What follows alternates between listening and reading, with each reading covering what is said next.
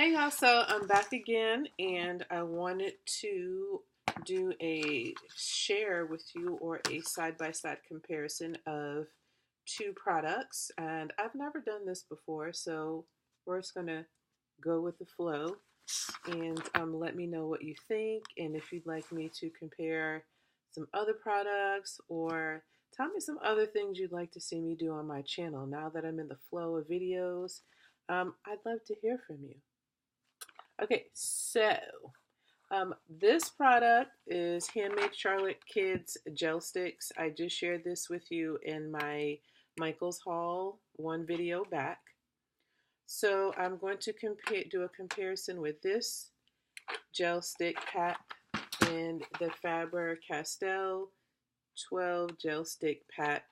And I just chose two colors and I just wanted to come and share with you what I've done and also share with you a little technique that I learned from watching YouTube videos. And I can't remember who I learned this from, or I'd shout them out. And if I think of it, I will shout them out. But here's the comparison. And hopefully you can see that. And I labeled them at the top. So we have Handmade Charlotte Kids. And then we have Faber Castell. And look at the colors. Almost identical. Identical. And if you look at the techniques, they blend just about the same. And they feel just about the same. This right here is just, I scribbled and added water and brushed it, blended it with a brush. That's what these two are. This right here is just another water blend. This right here is a paint blend technique, and I'll show you that. And this was wet on wet. This was a paint blend technique. I did not do wet on wet with the blue, but if you look at the colors, they are pretty spot on, and they feel nicely. Like the texture of the crayon is not like cheap feeling or really creamy where it starts to fall apart. You would think. I like them, and they're $5.39 or something like that. So if you're looking to try gel sticks or gelato-ish type medium, give these a try. These are going to be in Michael's in the kids section, where Crayola and all that other stuff, the American Girl craft projects. In my kids section is where I found these. So that's where you need to look. Now I want to show you a tip that I use for creating my backgrounds on my project. So for example, this is a project that I'm working on. And if you see my background, just kind of blended mixed media, different colors. Then I used my pencil and drew my image, and then I sealed my image with some matte medium so that it doesn't smear when I try to paint it or color it, whatever I do with it. So it's a work in progress. But this is what I do. So I take my gelato and I just lay down some colors. And this one is a Faber-Castell. Doesn't matter what kind you use. I'm just sharing. So I'm going to lay down some orange. That's a little bit of orange. Some blue. No process to this. Just trying to share. And this is kind of what I do on my backgrounds too. I don't overthink it. Then I take some acrylic paint. Now this is just some cheap Craft Smart paint, which by the way is not my favorite, but I will use it. You can use whatever you want. I just use my fingers. I just take a dab of the white acrylic, and then I take and put it here on there, and I just blend. So let me try to do it for you.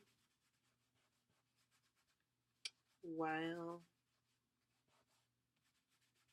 That's it.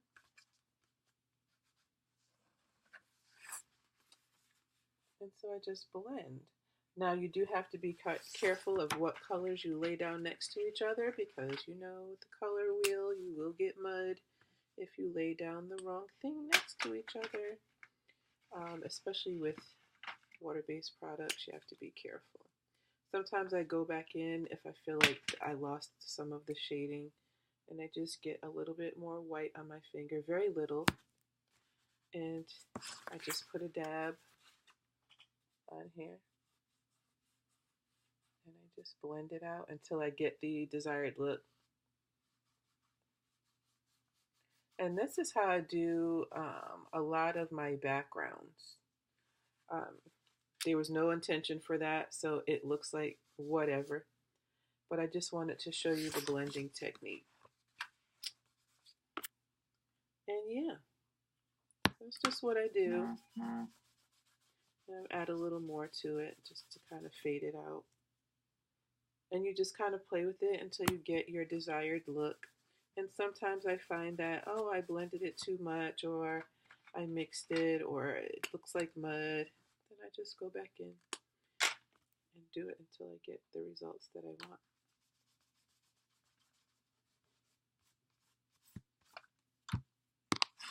So yeah, something like this.